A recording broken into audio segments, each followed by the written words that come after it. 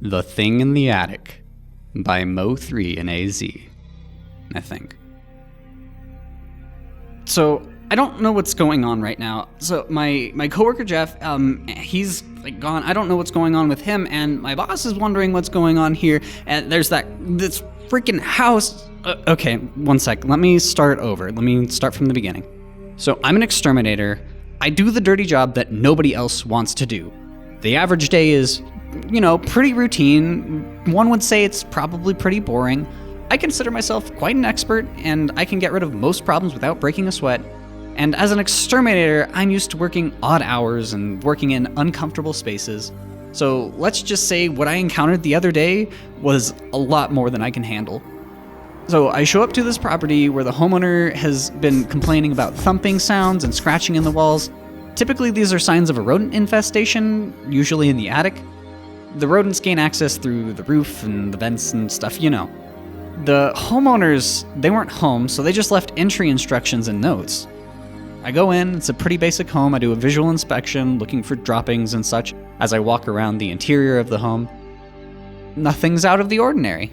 Next stop is the attic.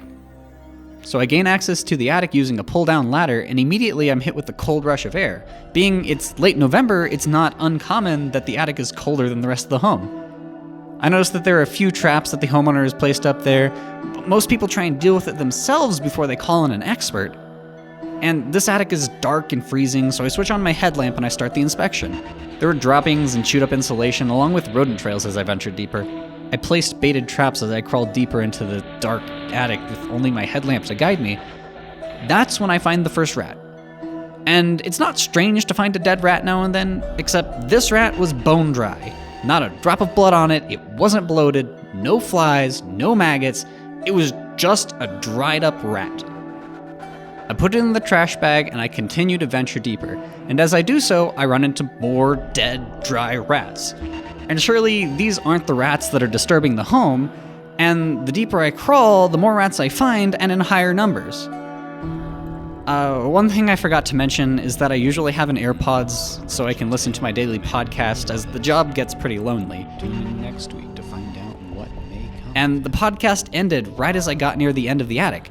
And that's when I heard it, the sound of something moving. Something that is way too big to be a rat. So I look up, and I see what I can only describe as a beast, and I look at it for a second more, and it's not just any beast, it's something from hell itself. It had an elongated face like that of a dog and the eyes of a predator. I crawl back as fast as I can, somehow rolling onto my back and turning around. I don't even know how I was able to make my way back to the entry point, and I was in such a rush, I dropped out of the attic entry. I fell to the ground and felt a crunch in my upper shoulder and a lot of pain. I stood up using my good arm and I slammed the attic ladder up. I ran all the way back to my truck, I called my boss, not wanting to sound like a crazy person, I tell him I feel sick and I need to go home.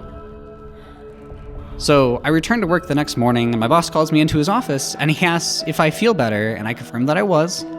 And then he proceeds to ask me if I knew where my coworker Jeff was, because he took over my job after I went home sick. He never returned the work van and he never clocked out. As I'm recording this, I'm sitting outside of that wretched home that I ran away from. My coworker's van is outside.